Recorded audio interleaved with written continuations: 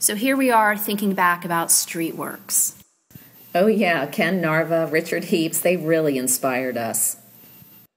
So I remember the first time I met Ken Narva, I had flown up to White Plains, New York, and we were learning about this mixed-use community in West Hartford, Connecticut that they were working on. And I believe at the time the name was The Reunion in the Square. And we were going up for a discovery meeting to learn all about the community so that we could name it. I can remember walking in the conference room, and Ken had papered an entire wall with just pictures of, what was going on in this town square, what was going on the side of buildings, what did the signage look like, what did people do in the front of stores and flower pots and highways and road crossings, and he started to tell a story.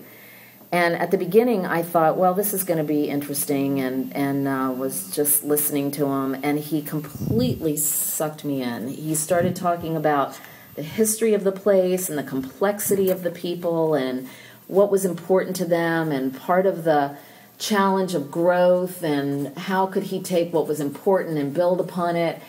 And at the end of the hour, I can remember thinking, oh my gosh, this is the most incredible place. And I thought he was brilliant just the way he described it. And really what it came down to was what he was describing was the specialness of a place, why people care about a place and why this place needed to be preserved. And he was building the case for what we know today as Blueback Square. And it was all about what is really truly there in the heritage of that town and what were they not willing to compromise on.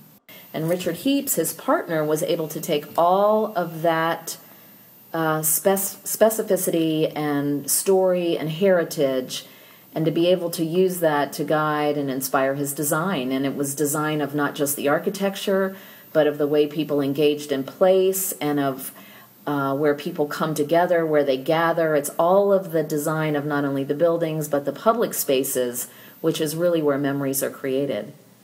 And he taught us how important it was that when in design, it is not just to create a well-designed place, but a well-designed place that almost looks as if it weren't designed.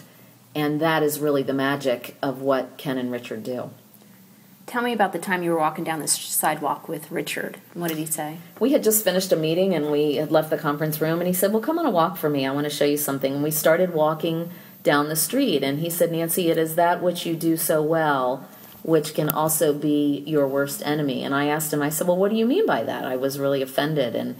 And he said, because you have to remember that if you take what you do to the point, to the edge, you can cross over into the edge of trying too hard and making everything too templated. And he said it is just at that point where the well-designed place meets the undesigned place at which you want to feel like it's seamless. And there's an art to that. And he showed me this pot on the side of the sidewalk, and he said, do you see how that pot isn't perfectly in the center of where it's supposed to be? It's off-kilter. And I said, yes. And he said, well, that is what makes that beautiful. Because it's like it was always there. And he said, that pot wasn't always there. And he said, you see that flag on the side of the building? And somebody had just painted a United States flag on the side of a building, and it was a little crooked. And when I looked at it, I said, yes. And I actually thought it was kind of funny. And I thought, well, that's, surely that's there and has always been there because nobody would have done that. And he said, no, that hasn't always been there. That was done, and that's very purposeful, and that's what makes that beautiful. That you didn't know that was designed. It looks like it has always been there. So thank you, Ken and Richard, for teaching us the power of authenticity and its importance in building great brands.